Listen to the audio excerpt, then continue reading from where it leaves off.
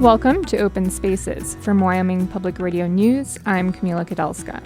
Most gun-free zones in Wyoming are null and void after a law went into effect this month. There are all kinds of what-ifs, from the what-if of a misfiring firearm because of negligent handling. We check in with Wyoming's Superintendent of Public Instruction on the recent lawsuit pausing school vouchers from getting distributed. It's really unfortunate. We have just under 4,000 families in the state that were counting on those dollars. Some people in our region are waiting for the day they can hunt grizzly bears. Others are happy hunting with a camera. I'd rather see them with my eyes through my camera. Those stories and more. Stay with us. This is Open Spaces.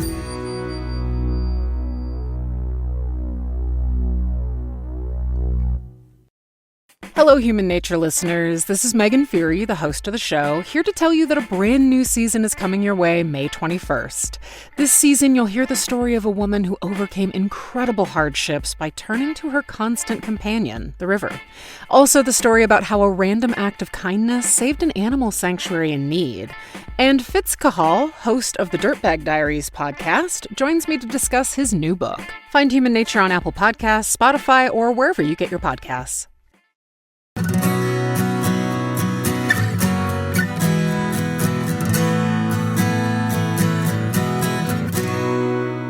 Welcome to Open Spaces. From Wyoming Public Radio News, I'm Camila Kadelska. Wyomingites with concealed carry permits can now bring firearms in public spaces where it used to be banned. Think public schools and colleges, some parts of airports, and legislative committee meetings, to name just a few spaces. That's after a law repealing most gun-free zones went into effect on July 1st.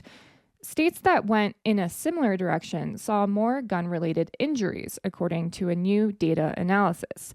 So I talked with state government reporter Chris Clements about its findings, its limitations, and how school districts are responding to the end of gun-free zones.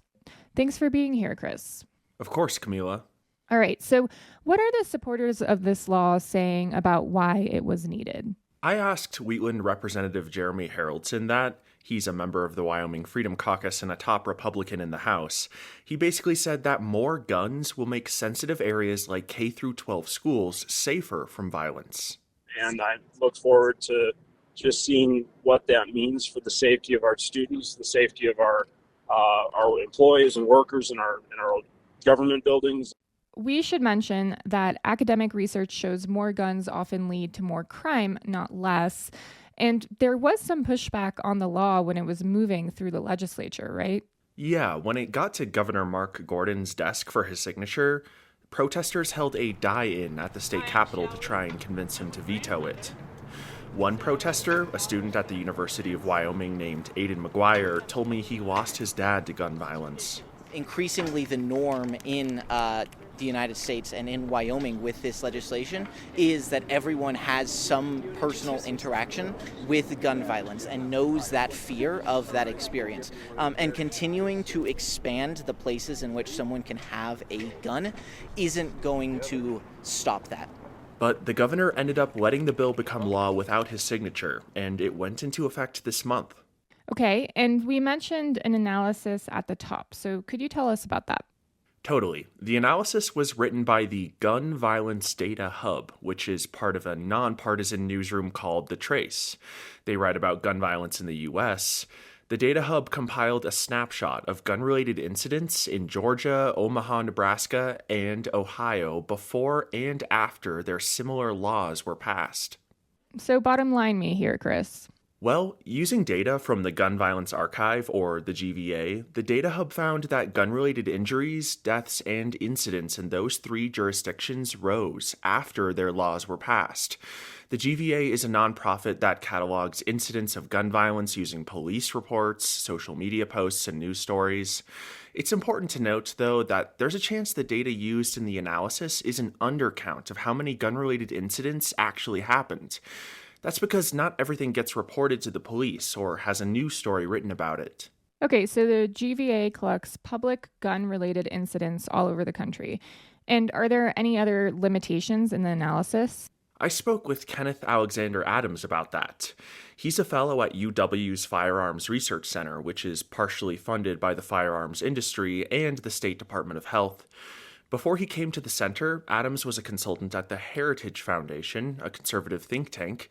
He echoed a lot of the questions about the Data Hub's findings we've been hearing from our audience. It's very possible that a lot of these changes could merely be explained by the fact that population in these jurisdictions that were studied went up over the course of the study period.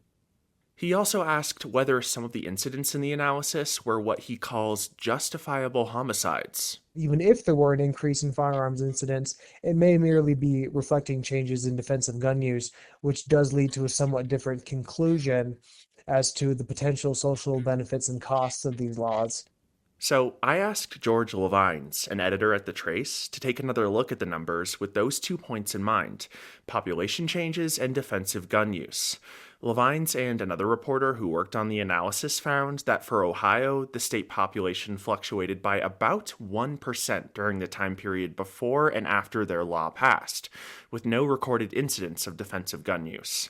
For Omaha, the city's population actually declined during the time period, with 2 cases of defensive gun use before more lax concealed carry policies and 2 after.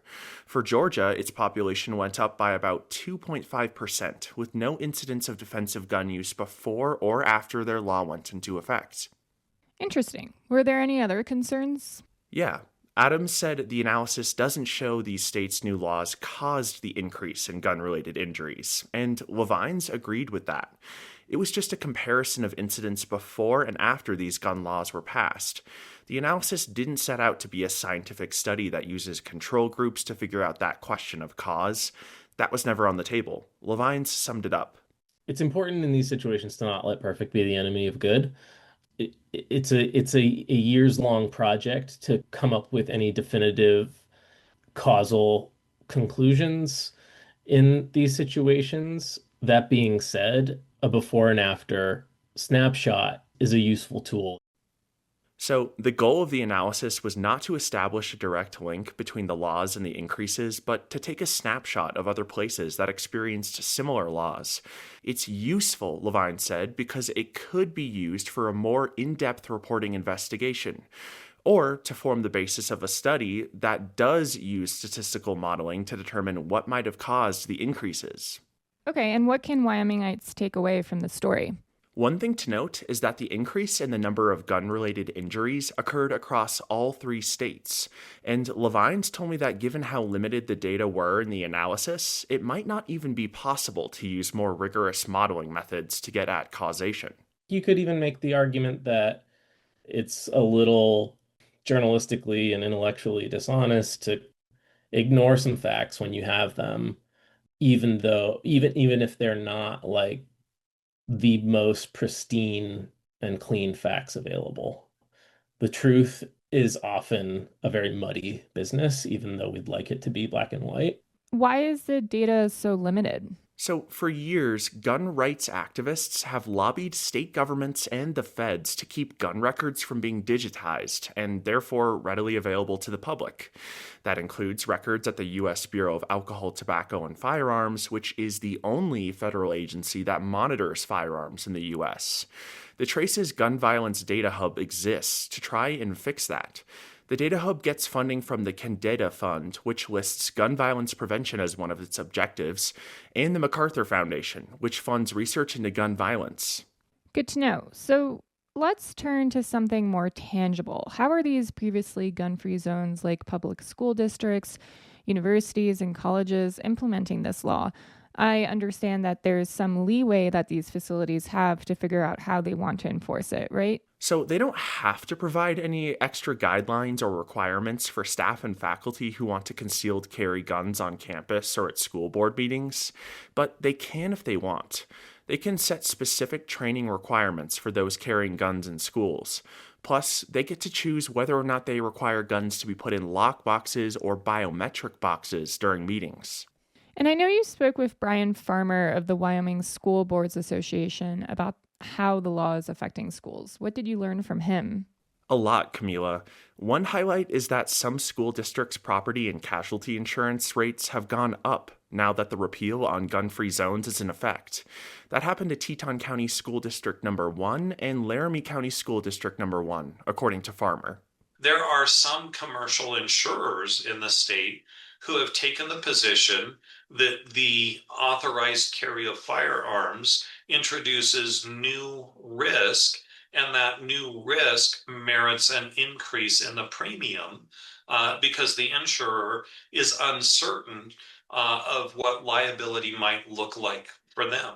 Beyond that, Farmer told me that lawyers for school districts are having trouble interpreting such a far-reaching law. Legal counsel who have tried to guide districts on this have struggled because of sometimes the vagueness of the law or lack of clarity within the law.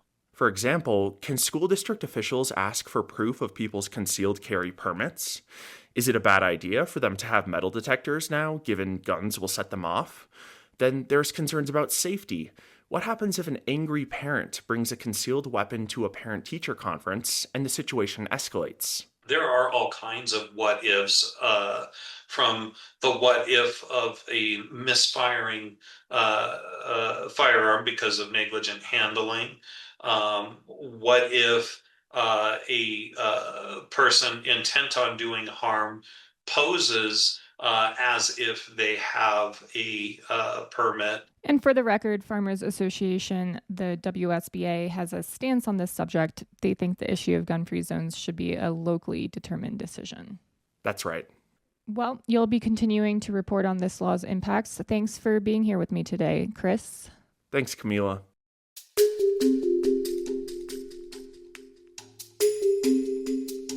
School's out for the summer, but administrations, staff, and lawmakers are still focused on Wyoming education. Wyoming Public Radio's Jeff Victor spoke with the Superintendent of Public Instruction, Megan Dagenfelder, to talk through some of the issues, starting with recalibration. That's when, by law, the state is required to look at the education funding model every 5 years. This is one of those years. As our superintendent, our chief of schools, what is your role in that process?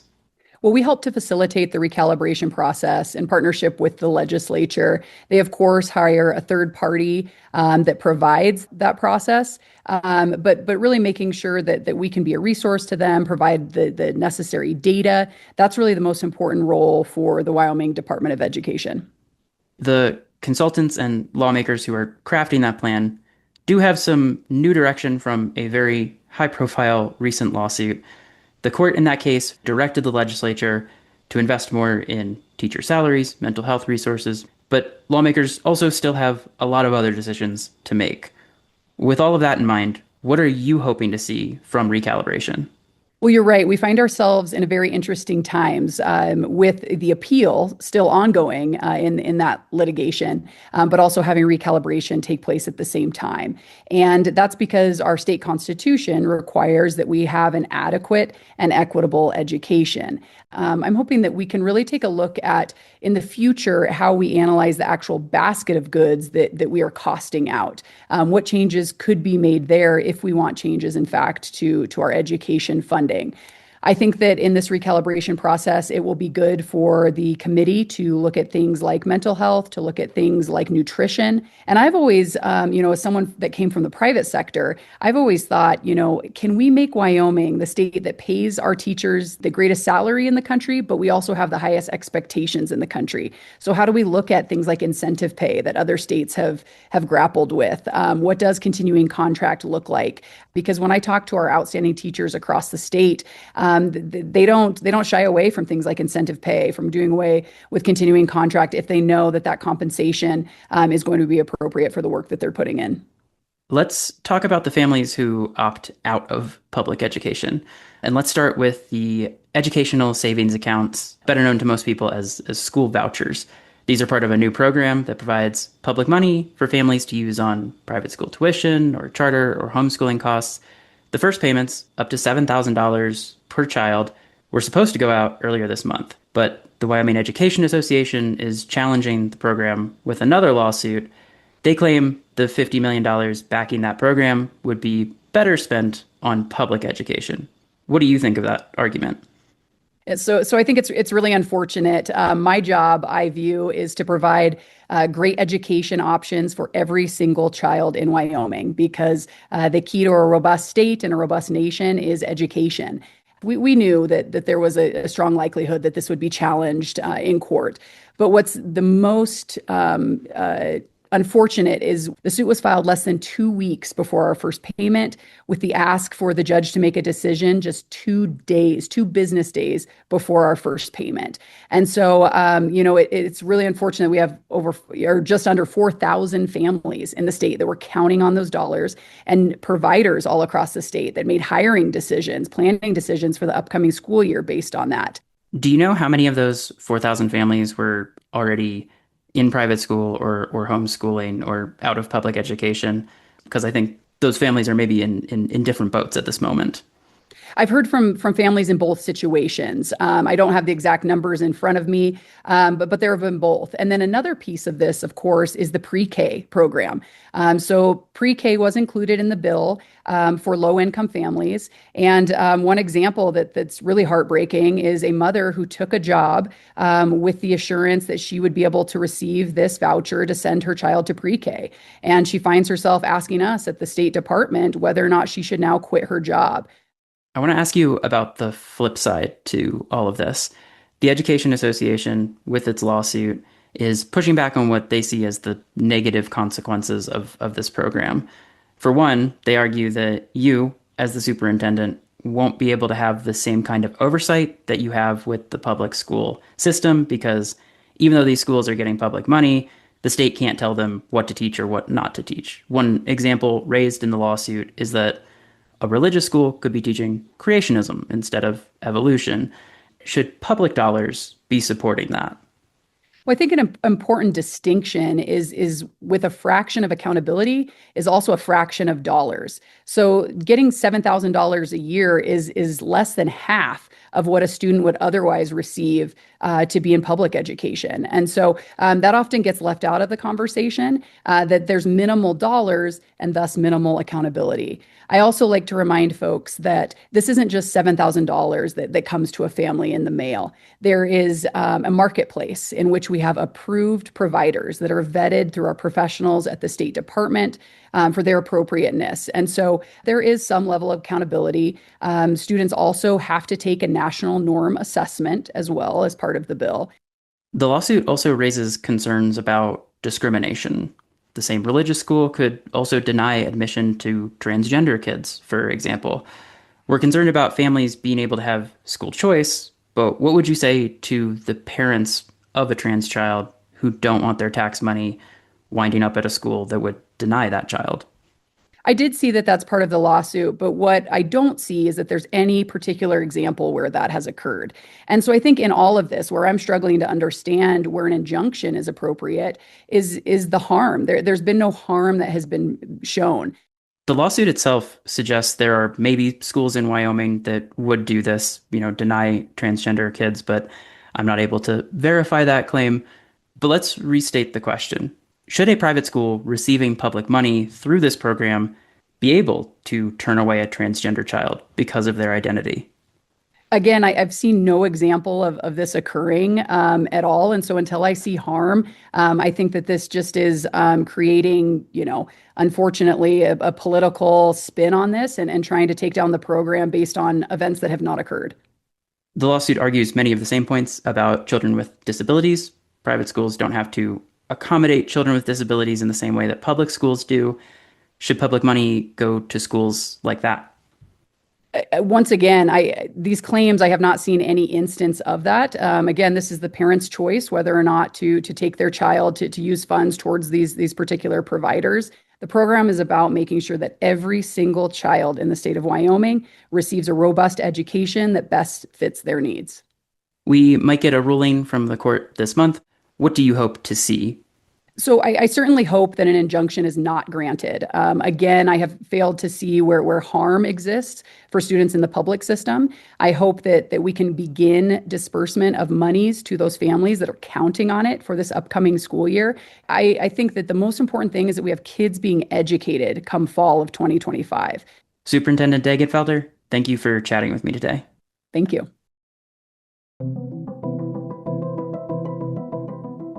The Game and Fish Department has been busy. We check in with the director on some recent updates. That's up next on Open Spaces.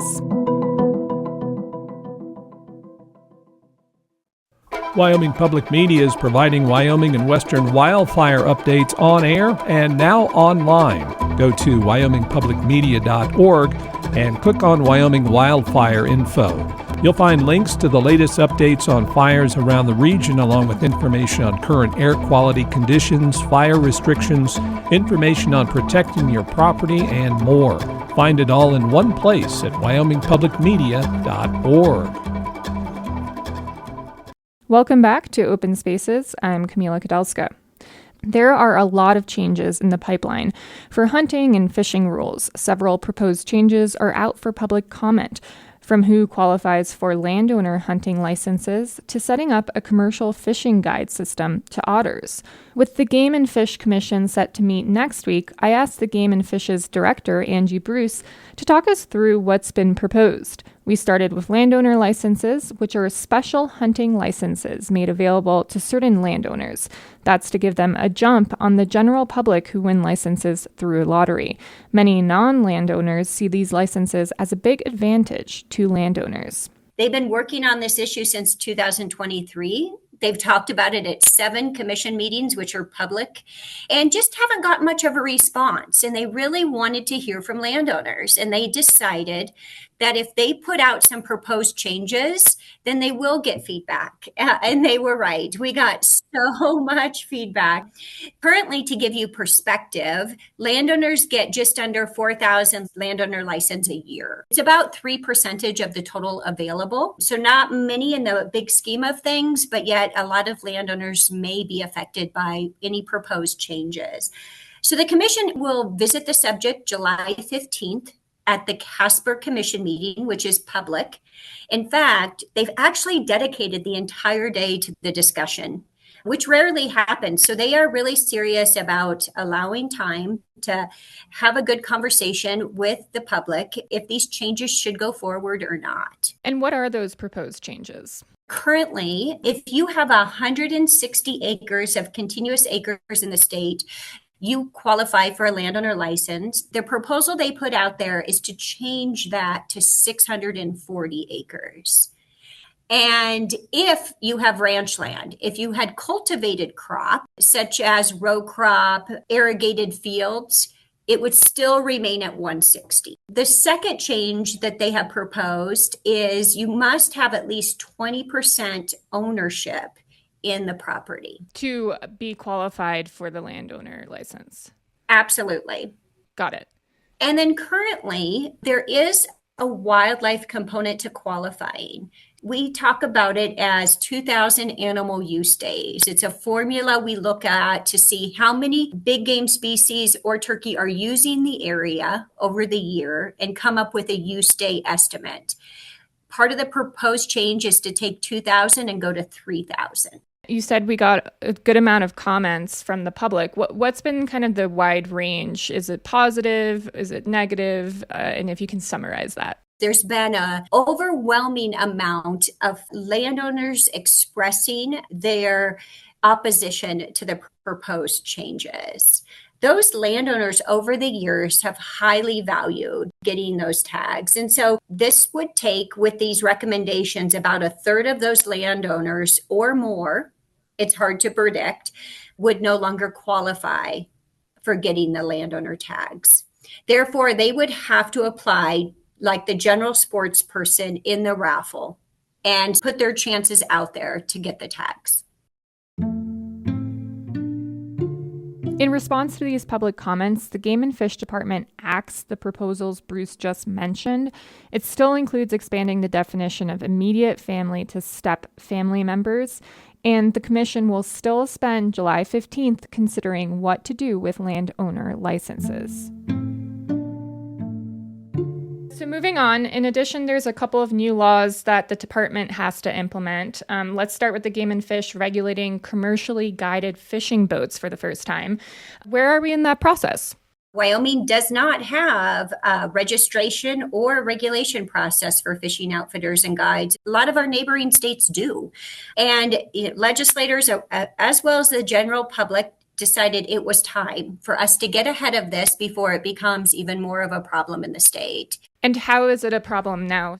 You know, we all have our favorite fishing spots out there, but what people have seen over the years is some stretches of river and some water bodies getting more and more occupied with boaters. It doesn't affect our fisheries, but what it does affect and what we're hearing from the public is about their quality of experience. There is an assumption that a lot of these are outfitters or guides. This first step in the process will help us gauge how much of a problem this is. So we have put out for comment some regulations that would be a requirement for them to register. They would pay a fee, they'd put in their information needed, and then they would be provided a sticker for their boats so that we could also manage this in the field. But what this will do after a year or two, it will allow us to say, oh, there's maybe 20 outfitters and guides on one day using this area. And it'll help gauge the fact that do we need to go to the next step, which would be regulating them. And you know, when it comes to regulation, that means limitations is really what we're getting to. They will have a lot of this summarized and ready to go this fall. But anticipating more work will be needed after we get this first round of information back. And then another new law that got a lot of attention this year is about otters. So they're no longer considered wildlife. So a lot of folks thought, oh, this was going to allow hunting. No. A lot of more steps would have to happen. And the population would have to be at a level that it was recovered in order to do that. The otter has been slow to recover in the state, more slow than most states across the nation, primarily because we have not moved the otter around. We had a native population, so we've let those native populations expand and come back. This will not really change much at all, except for what we can do to manage nuisance otters. As a population grows, they love to take over areas such as, individual small farm ponds and affect the fisheries populations and other things. And we are limited by anything we can do. So this will give us a tool by moving them into non-game to be able to trap them and translocate them across the state to deal with those problems.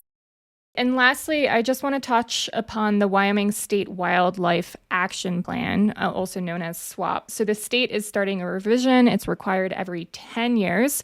Let's just start off with, what is this?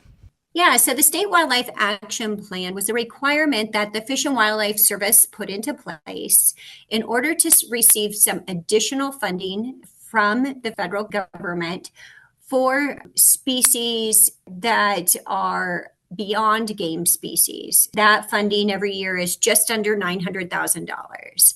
And it's extremely important because that is a key funding source for us to manage species that aren't hunted in the state.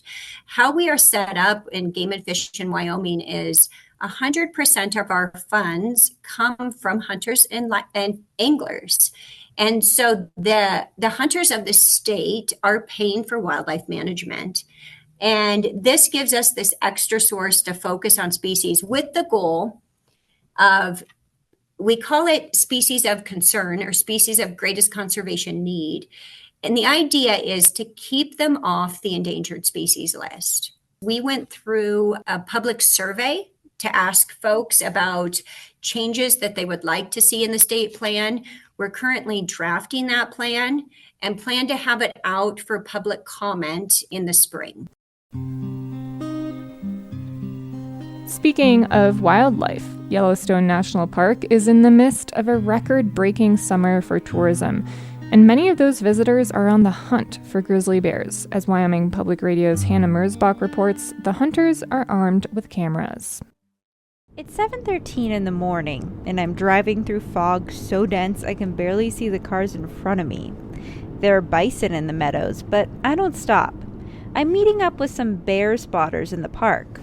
As the skies start to clear, I park at a fishing bridge. There's a grizzly out here that's going to walk across this marsh probably momentarily. Tanner Haver, a bright-eyed filmmaker, says fellow bear watchers texted him that the bear is roaming nearby with an elk calf carcass. Big bear with a scar across its nose. That's Haver's grandpa, Rickley Browning, a school bus driver from the Denver area with piercing blue eyes and a flannel shirt. Been bringing Tanner up here for 20 years.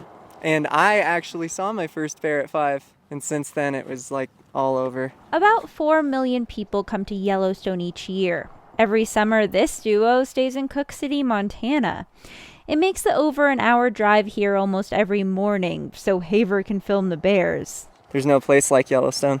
You know, you have this spectacular stuff happening right off of the highway. Haver is wearing skinny jeans and Crocs. Since we aren't doing much hiking today, just waiting for the bear to come to us. All right, I'm giving up on him. Giving up? Yeah, let's go find something better. We hop back in the car, and after a couple more stops, we end up a few miles up the windy road, where dozens of drivers are parked haphazardly staring at something across the ridgeline. So you're up there? Oh, yeah! Finally, way in the distance, we see a 5-year-old Grizz traversing the hillside. Though Haver already has a lot of shots of her, since unlike the scar-faced male, she likes to hang out near the highway. Have you been watching her for this whole 5 years? Yep, every year. He won't whip out his 40-pound camera setup this time.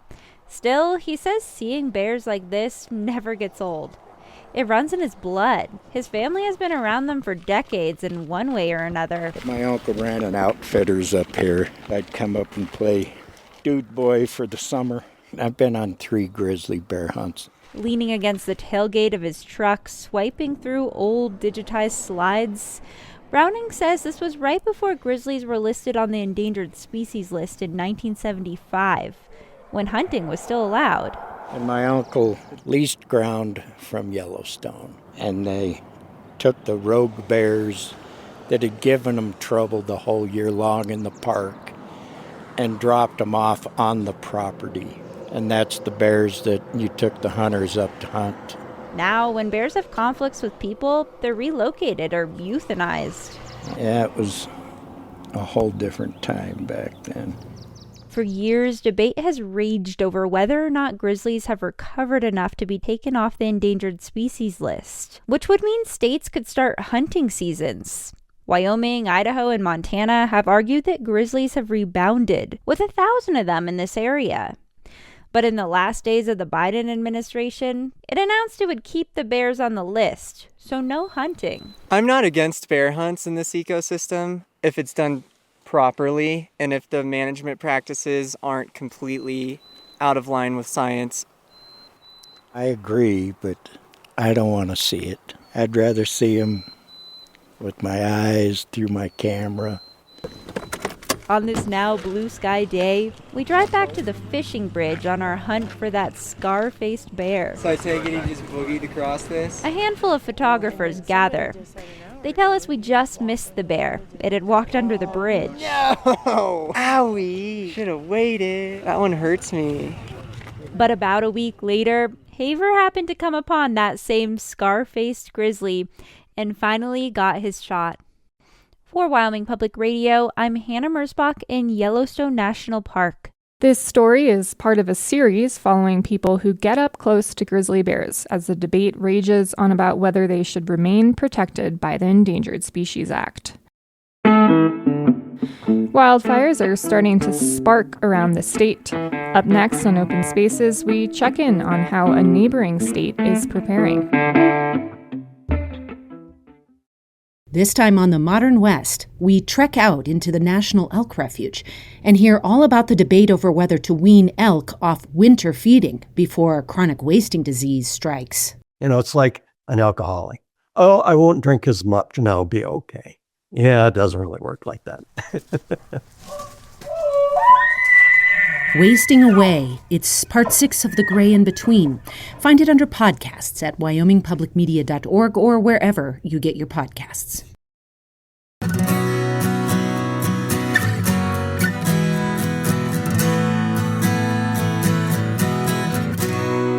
Welcome back to Open Spaces. From Wyoming Public Radio, I'm Camila Kadalska.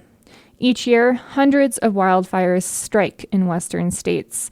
In Idaho, the Nez Perce tribe is preparing for the season. They're facing challenges. It's getting harder to bring in new firefighters, even though wildland crews got a long-awaited raise. From our partner station Northwest Public Broadcasting, Lauren Patterson reports. It's mid-morning and the beaming sun is hanging over Lapwai, Idaho. At the fire station, it's casting shadows into the bays where 3 firefighters are checking over equipment on their fire truck. We have a daily checklist every day we go through. And That's Riston Bullock, who's getting ready for his 13th season on the crew. Jalisco Miles is to his right with the checklist. He's in his 3rd year. And Pharrell Hayes, a rookie, looks on. Bullock starts pulling on a pump to clear out the water. we check our pumps and stuff like that. And if we have any hose hanging on here, we'll take it off, replace it with new hose. We got all of our tires are good to go. Miles starts marking off the list with a pen.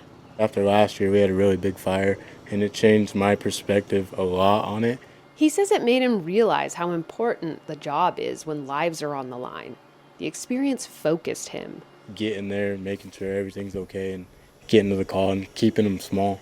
Hayes wanted to fight fire last summer, but he wasn't old enough. Now it's my first year, so I'm excited for all that.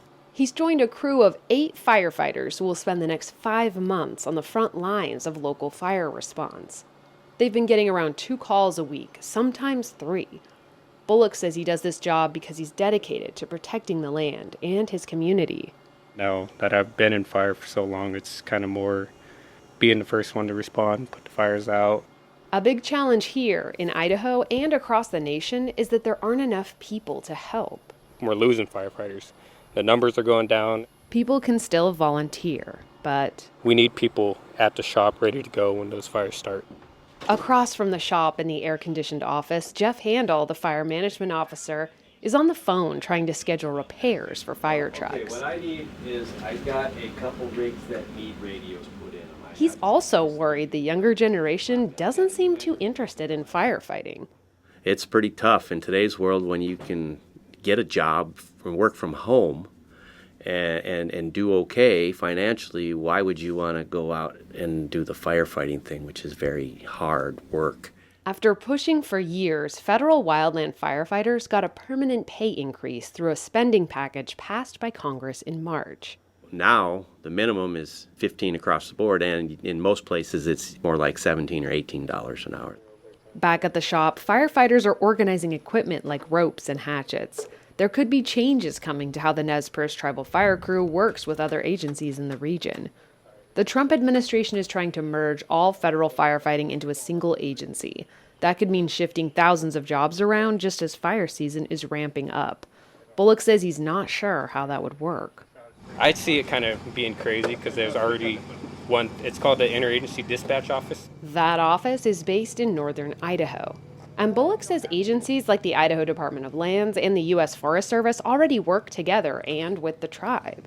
I feel like it'll just kind of be a new name, but I still feel like we'll still have our shops and everything here will be mixed out through each other, and it'll be, I don't know, it might be complicated. For now, Bullock and the rest of the crew aren't giving it too much thought. They're busy getting ready for the next call. Reporting in Lapwai, Idaho, I'm Lauren Patterson.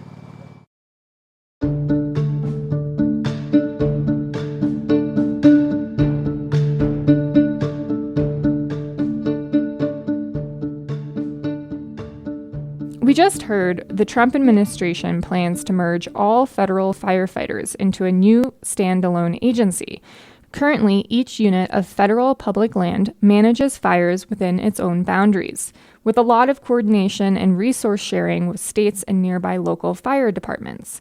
To better understand the domino effects of this change, Wyoming Public Radio's Nikki Woolette spoke with Steve Markison. He led firefighting and fire mitigation on the Bridger-Teton National Forest and now runs a private consulting business for homeowners and neighborhoods to figure out how to lessen their fire risk. Woolette started out asking him what he thinks of the proposal. So I don't think it's a bad idea. I just think it needs to be well thought out. It needs to be planned well, and it's not something we can just say, hey, we're going to do it like right now in the middle of fire season, which I'm a little concerned about because that seems to be the push. Can you lay out what you see as the pros and the cons of making a change like this? Let's start with the pros. Yeah, the pros. Well, it professionalizes the fire service. So that's a good thing. With that kind of support for pay and retention, it might help keep folks from, leaving for other higher paying jobs with state agencies or other organizations. And I think there is that consolidation could create a synergy that would help as far as response and bulk up some of the resources together in a more coordinated response. But boy, I have to backtrack and say, the interagency incident management teams and interagency programs and how we all approach fire, we're all doing it the same way. It's standardized across the board between the BLM, the Park Service, U.S. Fish and Wildlife Service, the U.S. Forest Service. So I don't really see any hiccups there as far as how they're currently working together. But I think the argument is, yeah, if it's consolidated into a professional wildland fire service, then it would get even more efficient and less bureaucratic. And I think there's a case for that in the long run. On the flip side, some of the challenges, I mean, obviously there's logistical challenges. How are you going to take all the USDA Forest Service people who have offices and vehicles and computers and put them in with, the Park Service? Where is everyone going to work out of? And how are those logistics going to be met so that they are more efficient, so that the organization is structured in a way that's less bureaucratic? And those really need to be ironed out before we even punch the button and say we need to do this. Has that been part of what's been communicated in Trump's executive order or Secretary Burgum's talks about what they're envisioning? I just haven't heard a lot of details about that. But in talking with my counterparts at the federal agencies, I don't think they've heard a lot of details either. And then the other biggest challenge to me is if we combine and we organize for kind of fire response in that way, is it going to be full suppression oriented, or is it going to be fire management the way it is right now? Right now, fire management programs are comprised of fire operations and suppression resources and fire line leadership. And they're coupled with the fuels programs that plan large landscape level fuel treatments on our public lands, either prescribed burning or mechanical treatments or thinning. They work with all the Forest Service and, say, the Park Service ologists, all the specialists, the wildlife biologists and the archaeologists and the recreation folks who, collaborate with those fuels and fire specialists to implement projects like prescribed burning. And so where I haven't seen anything in any of the executive order literature, like how are those people going to fit in, and how do we collaborate with these specialists to implement projects on the pace and scale that we need to really, lower risk? How's that going to happen with this consolidation? Sure. You mentioned that this isn't like a brand new idea. This was being considered back in 2008. And at that time, the Congressional Research Service released a report about a proposal that would bring the Forest Service and the BLM into a single agency. And they found then that a wildfire agency would likely focus on fire control because acres burned are the most readily measurable performance standard. And anything seeking to reduce damages, like you're saying, protecting individual structures or just reducing fuels on the landscape to prevent future enormous burns, those are less likely to be emphasized.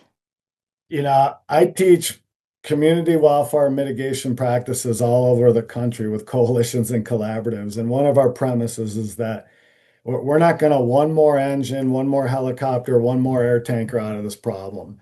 The amount of fuels on the landscape, the amount of fire suppression for the last 70 to 100 years, we have conditions on the landscape and there's conditions with climate that we're just seeing fires that are outstripping our capacities. I'm not saying that control is not important. It absolutely is for protecting those values at risk, but that needs to be coupled with very strategic landscape level treatments, but also homeowner responsibility to harden their homes, to build defensible space, to swap out their roofs, to make sure their 0 to 5 foot zones from their house are clear of flammables and the things that will start homes on fire. So if we create a fire service that's just only control centric, I don't think we're gonna solve the conundrum we're in with large fires and huge impacts to communities.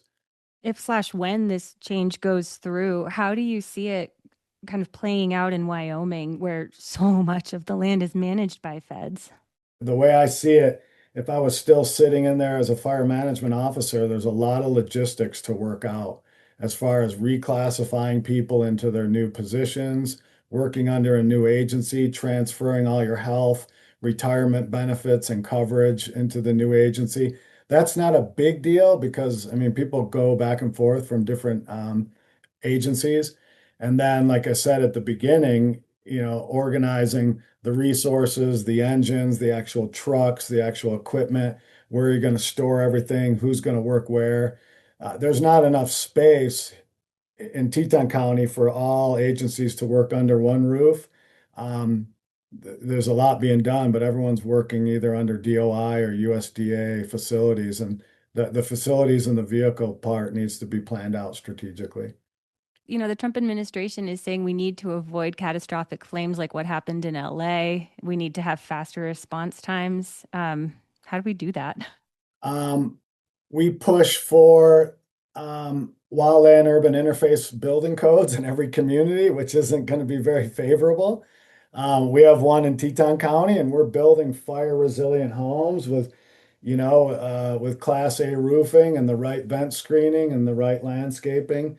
But that's not really palatable to the public to take on more regulation and especially when you're building a home. But these are investments as homeowners and communities we need to make to be fire adapted. So that's really what's necessary. We need to work from the house out. That was Steve Markison, founder of Teton Wildfire Mitigation Team, LLC, speaking about Trump's proposal for a single wildfire agency.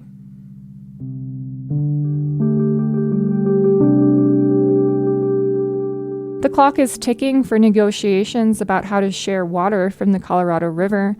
So what happens if the states that use it can't agree before next year's deadline? We'll learn more next on Open Spaces.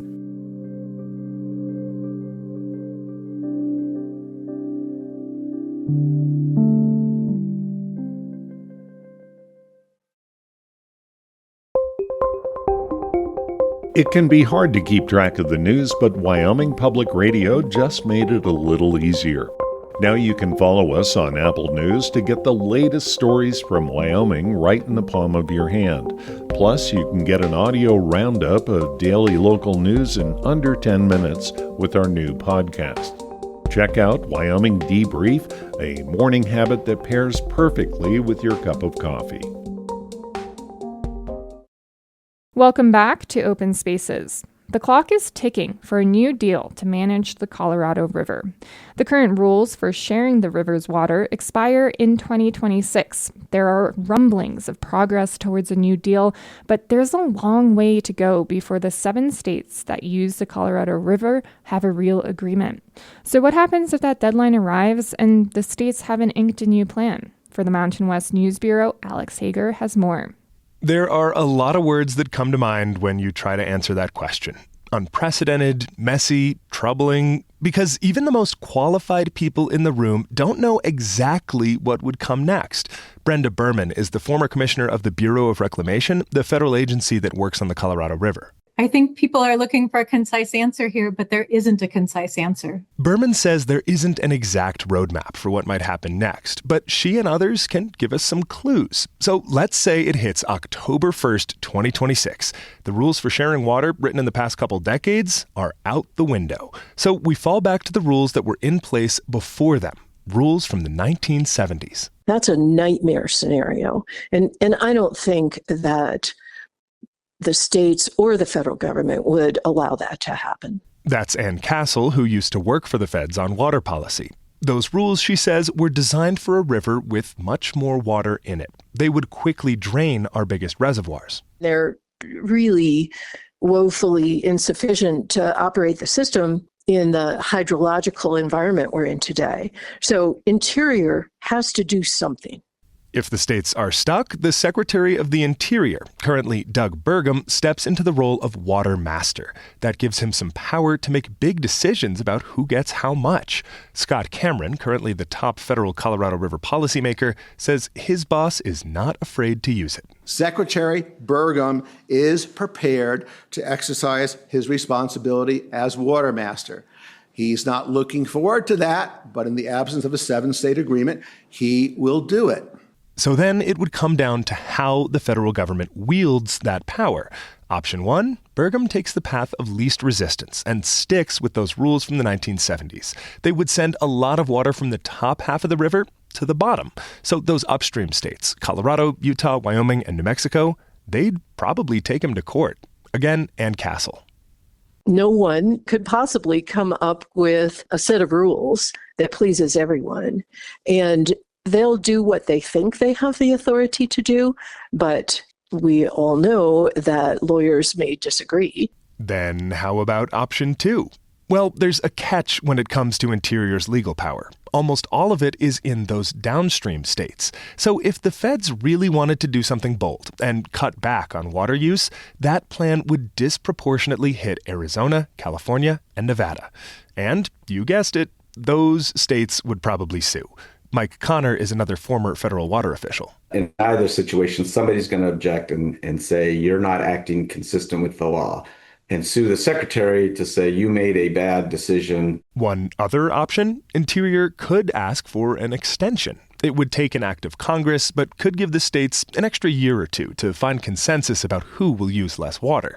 But the experts are all on the same page. The best option is for the states to agree now.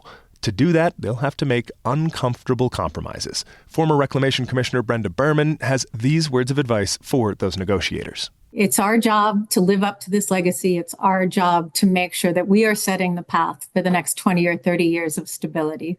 And if we fail in that job, shame on us. Climate change is shrinking the Colorado River, and cutbacks on demand are unavoidable, now and into the future. I'm Alex Hager. This story is part of ongoing coverage of the Colorado River, produced by KUNC and supported by the Walton Family Foundation.